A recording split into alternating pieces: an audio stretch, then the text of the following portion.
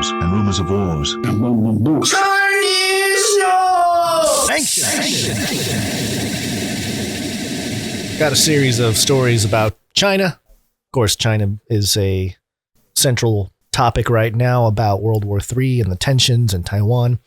This is coming from Financial Times. It was published earlier today. The headline, Kevin McCarthy to meet Taiwan's president in U.S. to avoid China's ire. Yeah. House Speaker Kevin McCarthy and Taiwan's President Tsai Ing-wen plan to meet in California rather than Taipei in a bid to avoid an aggressive response from Beijing to a meeting on the island.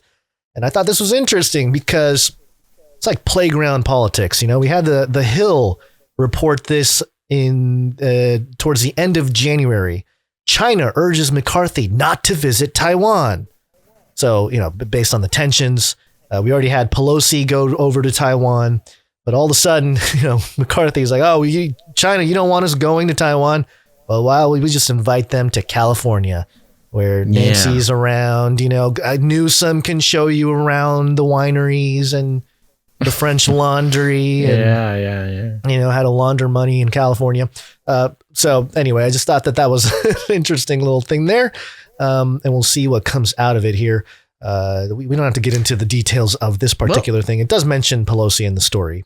Yeah, it is interesting because, of course, this sort of reminds one of Pelosi's secret trip to Taiwan that put her in so much danger. And, you know, with all the jets and missiles flying around from China pointed towards Taiwan, her making her heroic trip that everybody, you know, was either scandalized by or impressed by. In this case, they're like, yeah, let's try to avoid kind of the political fallout from that like last time. We'll just bring him here. Now, if China wants him blown up, bringing him to California, it begs a couple interesting questions about the risk they are putting California in. But you know what? I think I think you'd have a hard time finding someone to disagree. Well, it's one of those things where, hey, you're going to blow up California, China? It's a part of your thing. You own like half of California. So I don't know. That's a good point. You're going to blow up your own land there, buddy? Yeah, they basically, California is basically already, you know, a colony of China's. Right. So I can picture Newsom playing host to both, you know, Kevin McCarthy and Tsai Ing-wen. Tsai Ing-wen will step out of her plane from Taiwan, and Newsom will point at her and say, "Women rule." This is a female, of course. And then he'll talk about his Newsom science. It's Newsom science, baby! Ha! Which, as reported from his own website here, gov.ca.gov. I love that.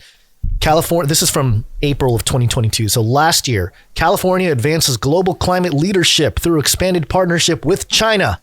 This is a memorandum of understanding that said that China's Minister of Ecology and Environment and California will continue working together to, you know, take over the world. So there's that. There's that partnership with China. Yeah, Newsom's been snuggly with China for a while. Even during COVID, he had that, what is it, $500 billion deal to print us some masks or whatever. It was some weird car building company. Right. It was a weird money laundering scheme. Thing. Yeah. So anyway, there's that. Spent like $30 billion of California's budget on masks that never got delivered. Yeah. Well, they eventually got delivered, but it was, you know, kind of too little too late. Also, the Sacramento Bee more recently in February reported, amid spy balloon fears, California bill bars China from owning land near military bases. This is interesting. Yeah, and we won't go through the whole article, but there's a section in here. Last year, lawmakers passed Senate Bill 1084, which blocked foreign governments from owning agricultural land in California, despite passing both houses of the legislature with unanimous support. Governor Gavin Newsom vetoed the legislation. It's Newsom science, baby! Ha! Which is so crazy. I mean, the farmland issue in the U.S. is already out of control, but China having now there's a couple bits of this. Number one, China, I forget what the number is, just some enormous amount of American farmland in which they use for a lot of reasons. One of them is they grow food here, they send it to China. But there was also stories of these farmlands, agricultural lands owned by China being sort of operating bases for Chinese spy elements, especially when they are near military establishments or military bases or whatever. They're using these farmlands as like spying locations, which is a problem, which was part of the reason for this bill, trying to keep the Chinese just at least a little bit further away from California military installations. But of course, there's also the issue of China, A, owning huge amounts of our country, B, having such a huge influence on our agricultural sector, but yeah, C, to have little outposts so close to military, and just to have it fully vetoed. I mean, the House and the Senate both passed it unanimously, and Newsom just steps in, vetoes, say no, let these Chinese spy on us and take over our agriculture. It's even worse than that, because the excuse he gave is so pro CCP. If you think about in terms of data, talking about data, it says here, in his veto message, Newsom wrote that the data reporting required by the bill would, quote, create new and arduous responsibilities. Yeah, beyond too much paperwork. Too much work beyond the authority of the California Department of Food and Agriculture. That is the biggest load of nonsense ever. Come on, Newsom. It's like, it's too much work. Plus, all the data is going to China. It's already going to China. So it's like, we can't reroute it now. They're already taking all the data. It's really just horrible. It is just insane. It's just absolutely insane that how much of an operator that guy is for China directly. No. Keep letting China purchase all of our farmland. Keep letting China spy on our military bases. Why? Because it would be too much paperwork. And that's just, the Californians hate paperwork. I would be betraying my constituency by keeping China out of our military business. Yeah, Forbes had this headline here because you were talking about it a moment ago. That came out on March 1st. How much U.S. farmland does China really own? More than Bill Gates and less than 17 other countries. According to this report by Forbes, they say 384,000 acres of U.S. agricultural land is owned by China, as a report from the Department of Agriculture in 2021. So I don't know. Yeah. Whatever. Sure, Forbes. But, I think there's more going on. I mean, obviously, this is a big part of it, but as part of the sanctioning and prepping for World War III, if you will, is this story that I think is bigger than people are letting on, or at least, people aren't really paying attention. And this is from Yahoo Finance. It's mirroring South China Morning Post, which we know is sort of a Chinese news outlet. Oh, absolutely. A state-run outlet. State-run outlet. So here's the headline. China's Two Sessions 2023, new laws to counter foreign sanctions planned. So they're making moves already, preparing for Western sanctions against China, which has its own sort of problems if we're thinking about what it does to the US dollar and everything else. China will use legal means to counter the impact of foreign sanctions, according to a spokesman for the country's legislature. Wang Chao, a spokesman for the National People's Congress, said on Saturday that the parliament has already started working on foreign policy legislation. Beijing is focusing more on international legal studies to advance its interests internationally as it comes under increasing sanctions pressure from the United States and Europe. The U.S. is reportedly working with its allies to impose sanctions on China if it provides military support for Russia in its war against Ukraine. Chinese firms have already been sanctioned for their ties with Russia and other grounds, such as the surveillance of ethnic minorities and for facilitating Iran's energy trade in violation of U.S. restrictions. Quote, some of the countries have kept abusing the extraterritorial application of their domestic laws in violation of international law with the aim of taking down foreign entities and individuals and serving their own interests. Such bullying acts are widely criticized in the international community as long-arm jurisdiction. China stands firmly against such practices, Wang said. Quote, it is necessary for the law to make the principal stipulation to counter and repeal such measures. China's core interests allow no infringement, he said. For acts that undermine China's sovereignty, security, and development interests and harms the lawful rights and interests of the Chinese nation, the law contains relevant provisions to firmly counter such acts. This is both justifiable and necessary. China released a draft foreign relations law in December, which stipulated that countermeasures would be taken if the nation's sovereignty, security, and development interests are undermined by acts that have violated international laws and international relation norms. The draft also said there should be no protectionism and unilateralism in trade. So I find it interesting that, earlier we had that sort of, this narrative about China violating international law or international norms. We hear that a lot about China with what they're doing with COVID and whatever. But China on the counteroffensive, I guess, is saying, no, according to international law, we have the right for expansion and doing all this stuff, our own sovereignty and whatever. And if you get in the way, that's violating international law. It's just, it's this sort of ram's horns locking over this issue of international law and seeing who can just impose their interpretation.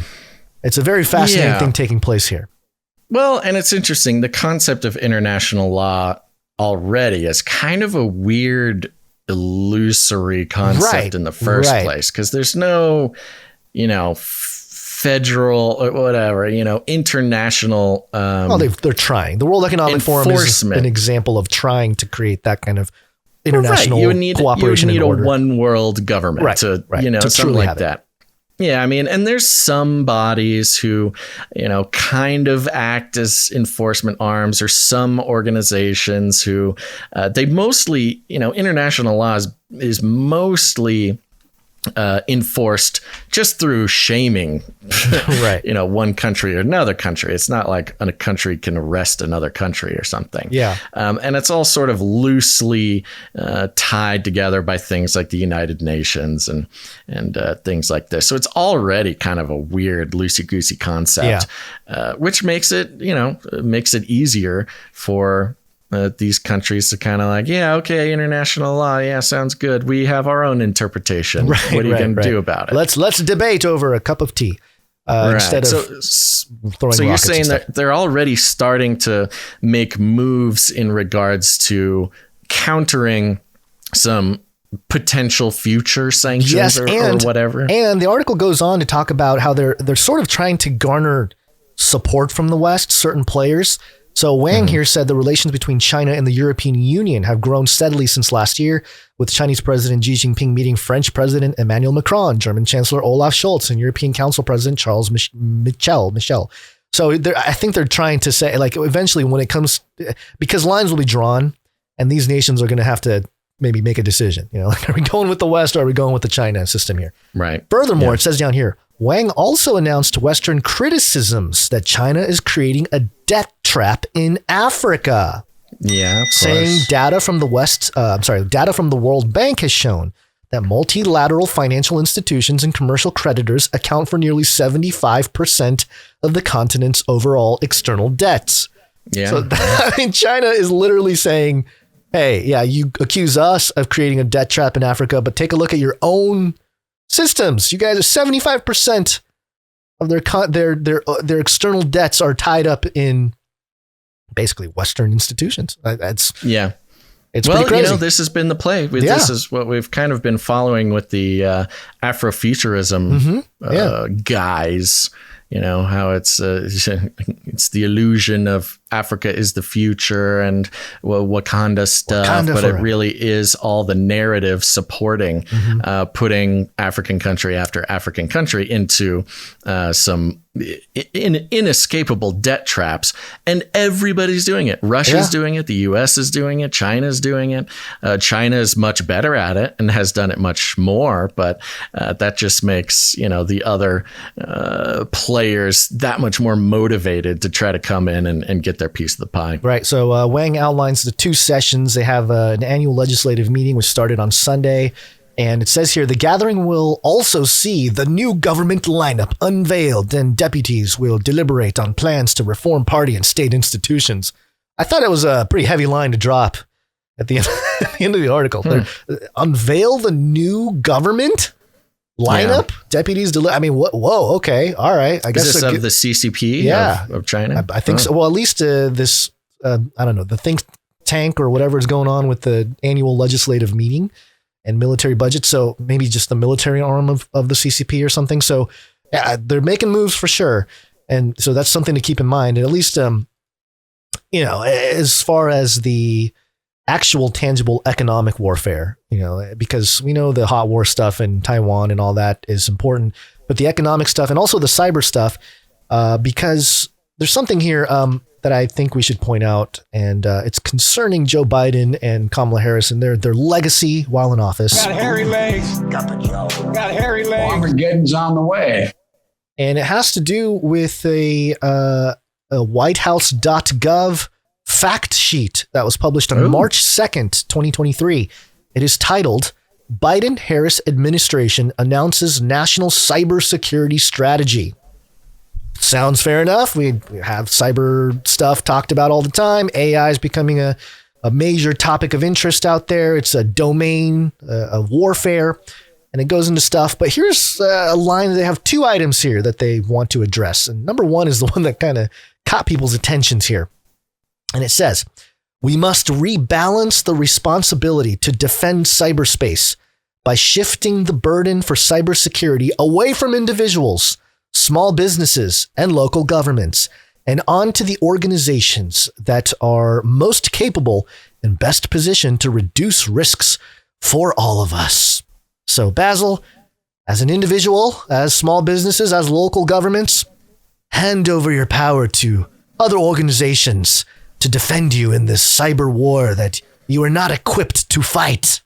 Yeah, this is a really interesting one. I mean, in this world where the trust in government institutions has disintegrated across the board, from both sides of the political spectrum, the economic spectrum, the whole thing, trust in government institutions are at an all-time low. Yeah. And for this to be the moment they choose to say, yes, we'll protect you militarily, we'll protect you financially, we'll protect you, whatever, domestically, we'll also be the one and only source to protect you cyberly. Cyberly protected. Yeah. Don't worry about your virus scanning software or anything like that. All you'll do is you'll plug your computer directly into the government's cybersecurity apparatus. Yeah. Don't worry. All your data will come to us, and we will protect it. It won't go anywhere past us. I mean, that's kind of the idea. I gotta say, if there is a Joe Biden encryption, that might work, You try to do, and say, wow, I don't know what's going on anymore. Yeah, unbreakable encryption. It's the Joe it's based encryption. On just the gobbledygook of Biden gaffes during public appearances. Okay, so if you look at the full document, we have links to everything in the show notes. So if anybody wants to go through and read it all the way through, I believe it is it's like a 39-page document. And there's a section in the actual document titled Malicious Actors. Of course, there's U.S. and then there's malicious actors. Of course. Malicious cyber. Our own government wouldn't be a malicious actor. No, that's a good guy. Those are the good guys. It says here, the government of China, Russia, Iran, North Korea, and other autocratic states with revisionist intent are aggressively using advanced cyber capabilities to pursue objectives that run counter to our interests and broadly accepted international norms. Oh, okay. I think China made that same argument. Their whole thing is being... So all these nation states are going to suddenly start saying that their right is being exploited or violated. Some international rights are violated. Interesting. Their reckless disregard for the rule of law and human rights in cyberspace is threatening U.S. national security and economic prosperity. The People's Republic of China now presents the broadest, most active, and most persistent threat to both government and private sector networks. Networks! Where's my thing? There it is. And is the only country with both the intent to reshape the international order and, increasingly, the economic, diplomatic, military, and technological power to do so. It goes into cyber operations and digital authoritarianism and all this kind of stuff. But I thought it was interesting that, you know, they talk about China, Russia, Iran, North Korea.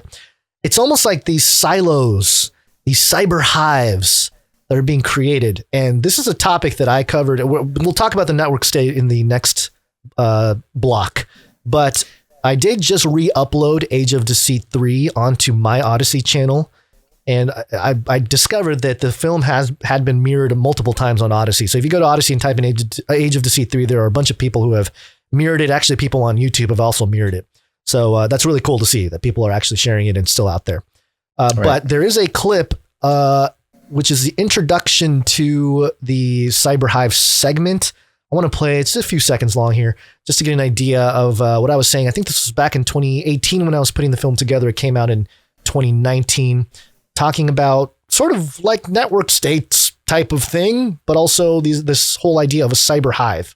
The world of connectivity is changing the way nation states interact and operate with one another. While traditional interpretations assigned nations to the animals of Daniel 7 and Revelation 13, it is highly plausible that their eschatological renderings might represent massive cybernetic hives, each with their own characteristics with some geographical signals, which eventually gets crushed into the final conglomerate beast that is said to rise out of the sea. And as part of that whole system, there are 10 kings. And I talk about the 10 kings in the documentary, and I think that's maybe what we're looking for, that they're these kings of cyber nations, which are somewhat geographically, you know, they matter. The geography matters, but what matters more are how many citizens you can garner from anywhere in the world. Yeah. Well, and the geography will start mattering less and less. Right. And longer term listeners here, they will be very familiar with the network state thing. And we're actually going to get into it a little bit more in the second half of show. But it's very interesting here. You have the Biden-Harris National Cybersecurity Statement or whatever. Yeah. And they're saying, no, the security of cyberspace is no longer up to the individual, or shouldn't be up to the individual or small businesses or maybe even corporations. It should be the realm of nation states, whether you're the U.S. And remember, you mentioned that the malicious actors they're talking about, they didn't say hackers trying to steal your money. They didn't say, I don't know, somebody trying to phish you to get your credit card number. No, they're saying they list nation states, Russia, China, Iran, North Korea, established nation states, but they're referring to them in the network state context. Because, of course, we've talked about data being the new oil. The data is the most important national resource a country can have control of. That's why all the hullabaloo about TikTok and China having access to American data, it's not even really about safety. It's about economics. The economics that come with having the data of another country's citizenry. Yeah. And taking that even further, we see citizenship itself is becoming more of a data issue than it is a geography issue. Yeah. And I'll start out the second half of the show with a great piece from Time Magazine that'll talk more about that.